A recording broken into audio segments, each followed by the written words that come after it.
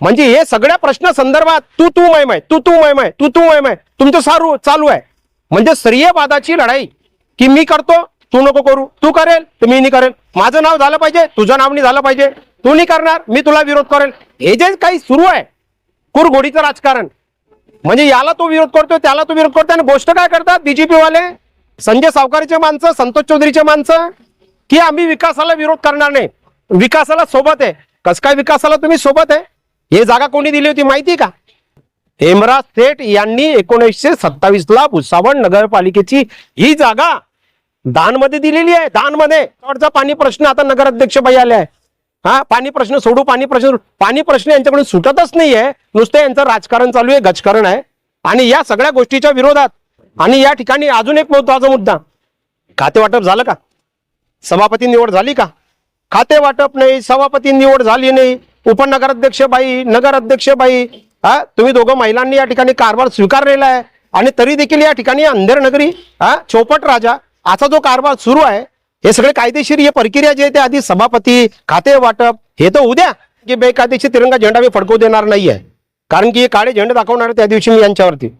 तिरंगा आमच्या हृदयात, आमच्या मनामध्ये आहे. तिरंगा घेऊनच आम्ही येणार आहे. 100 तिरंगे घेऊन आम्ही त्या ठिकाणी येऊ आणि प्रचंड संख्येने येऊ. की मनमानीशाही, हुकुमशाही थांबवा, हे असं चालणार नाही. खाते वाटप नाही, सभापती नाही, काही नाही आणि मनमानी पद्धतीने हे करून टाकू, ते करून टाकू. अहो इतक्या कमी दिवसामध्ये कुठे काही होतं का? नगरपालिकेची रितसर मीटिंग होते, ठराव होतो, व्यवस्थित सगळ्या गोष्टी होतात, त्याच्यानंतर सगळ्या गोष्टी होतात. हे करून टाकू, ते करून टाकू असं मी जर म्हणेल चालेल का? हे सगळं थांबलं पाहिजे. या थोतांड, ही नौटंकी, ही स्टंटबाजी, यासाठी आमचा हा विरोध राहील. आज या ठिकाणी भुसावळ शहरातील सर्वसामान्य नागरिक यांनी या ठिकाणी मला व्हॉट्सअपवरती हा कागद पाठवलेला आहे. आणि त्यांनी याच्यामध्ये काही मुद्दे मला लिहून पाठवलेले आहेत. त्याच्यामध्ये त्यांनी सर्वसामान्य नागरिकांनी सांगितलं की सर्वसामान्य नागरिकांसाठी सर्वसामान्य महिला नगराध्यक्ष आहेत. आणि ते नेहमी म्हणतात की मी सर्वसामान्य घराण्यातून आलेली आहे, सर्वसामान्य महिला नगराध्यक्ष आहे. ते सर्वसामान्य जनतेचे प्रश्न त्यांच्या कानापर्यंत गेला पाहिजे, हे आक्रोश त्यांच्यापर्यंत गेला पाहिजे. सर्वसामान्य नागरिकांचा आक्रोश, जनतेचे प्रश्न त्यांच्यापर्यंत गेले पाहिजे. त्या जनतेने माझ्यापर्यंत पाठवले. सर्वप्रथम मी त्यांचं जागृत सर्वसामान्य जनतेचा मनापासून या ठिकाणी आभार व्यक्त करतो. अशा माहिती मला वारंवार पाठवत चला. या ठिकाणी आता भुसावळ शहरामध्ये जे या ठिकाणी भुसावळ नगरीचे स्वयंघोषित शिल्पकार आहेत, माजी आमदार संतोष चौधरी यांनी या ठिकाणी मागे घोषणा केली की भुसावळ शहरामध्ये आम्ही नगरपालिका, जे पूर्वीचं रुग्णालय आहे ते नगरपालिका रुग्णालयामध्ये नगरपालिका सुरू करू. त्याच्यानंतर त्यांनी सांगितलं याच्या आधी की तिथे जे नगरपालिका डॉक्टर बाबासाहेब आंबेडकर छत्रपती शिवाजीच्या पुतळ्याच्या पाठीमागे आहे, पूर्वीची जुनी नगरपालिका, त्या नगरपालिकेजवळ गांधी साम्राज्य आहे, त्या ठिकाणी पार्किंग होते म्हणे, म्हणून त्या ठिकाणी नगरपालिका सुरू करू. पुन्हा त्या ठिकाणी जे हे 2 मुद्दे नवीन आले. ज्या ठिकाणी पूर्वी आता नगरपालिका बीजेपीच्या काळामध्ये सुरू होती, रमण भोडेच्या काळामध्ये, ती नगरपालिका त्या ठिकाणी सुरू आहे. तर त्या ठिकाणी जी नगरपालिका जी सुरू आहे त्या ठिकाणी नगरपालिकेचं रुग्णालय तिथे पोहोचवायचं, अशी त्यांनी या ठिकाणी भूमिका मांडलेली आहे.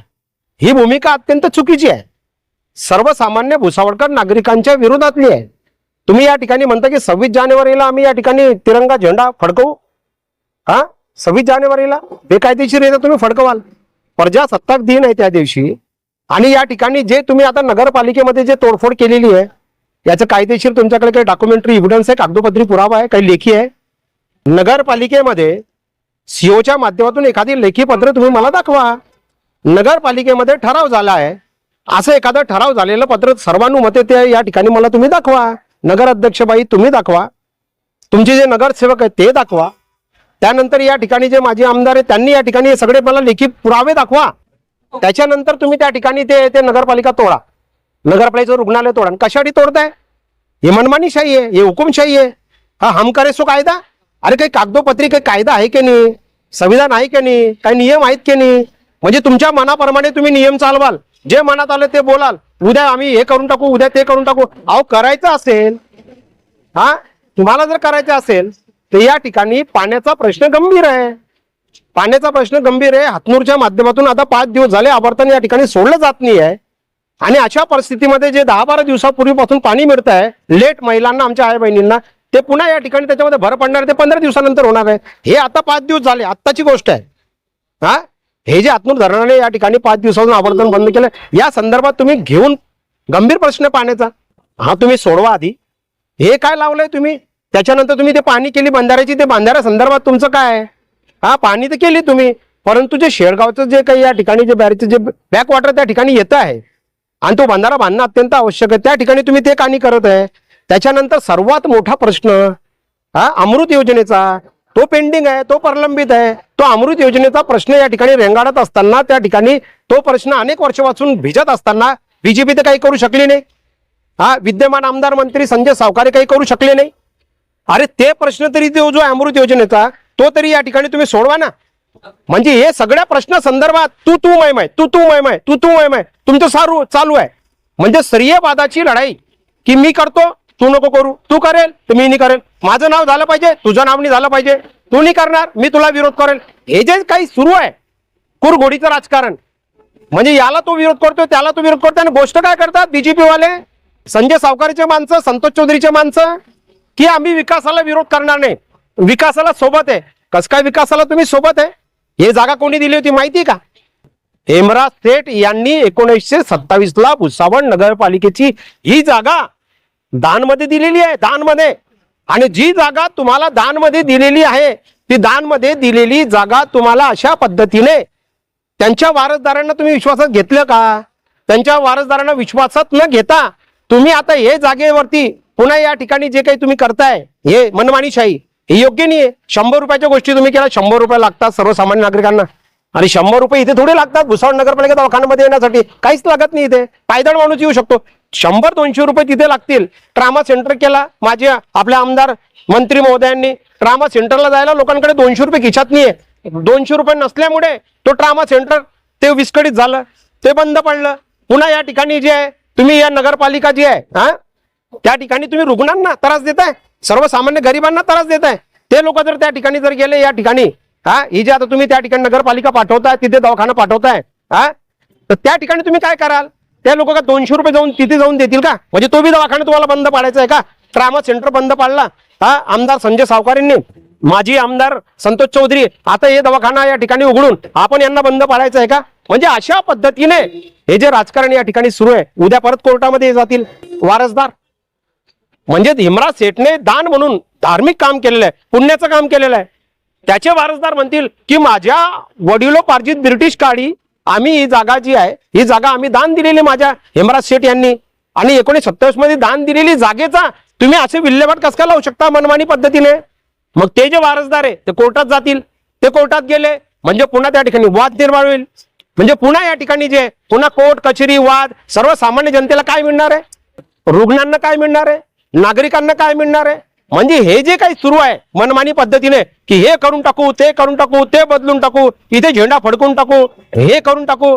अहो आता तर तुम्ही सत्तेमध्ये आला आहात हा, आणि या ठिकाणी कुठल्या पद्धतीचे काही कामं जे ते झालेले नाहीये. श्रेयवाद आता मी तुम्हाला सांगतो, कंडारीचा पाण्याचा प्रश्न भुसावळचा तर तुम्ही सोडू शकले नाही.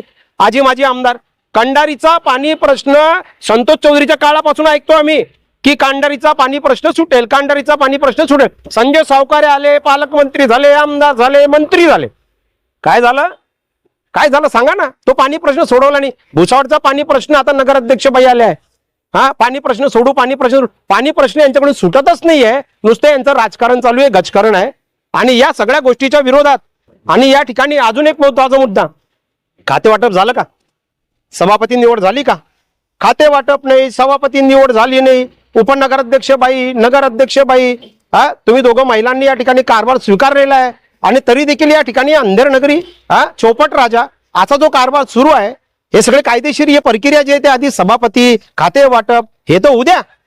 म्हणजे अशा पद्धतीने हे जे काही सुरू आहे, मी माजी आमदार संतोष चौधरी तुम्हाला या ठिकाणी चेतावणी देतो. 26 जानेवारीला जर तुम्ही त्या ठिकाणी बेकायदेशीररित्या तिरंगा झेंडा फडकवला तर तुम्ही एक फडकवाल, आम्ही 100 तिरंगे झेंडे त्या ठिकाणी फडकवू आणि सोबत काळे 100 झेंडेही फडकवू.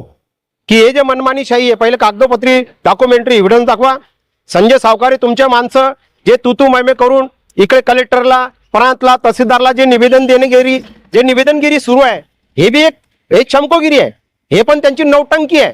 हे राजकीय नौटंकी संजय सावकारांच्या माणसांनी थांबवावी आणि हे जे राजकीय स्टंट आहे संतोष चौधरीच्या माणसांचं यांनी थांबवावं.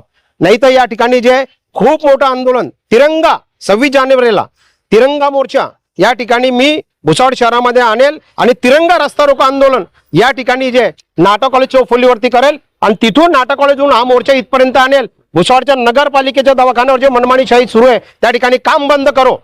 म्हणून बेकायदेशीर तिरंगा झेंडा मी फडकवू देणार नाहीये, कारण की हे काळे झेंडे दाखवणार त्या दिवशी मी यांच्यावरती.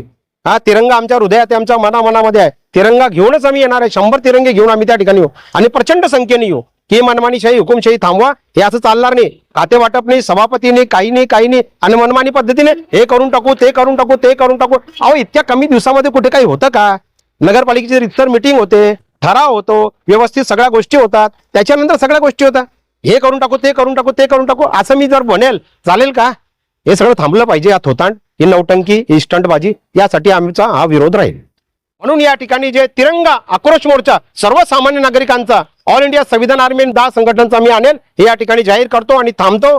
जय हिंद, जय तिरंगा, जय संविधान. हा तिरंगा मोर्चा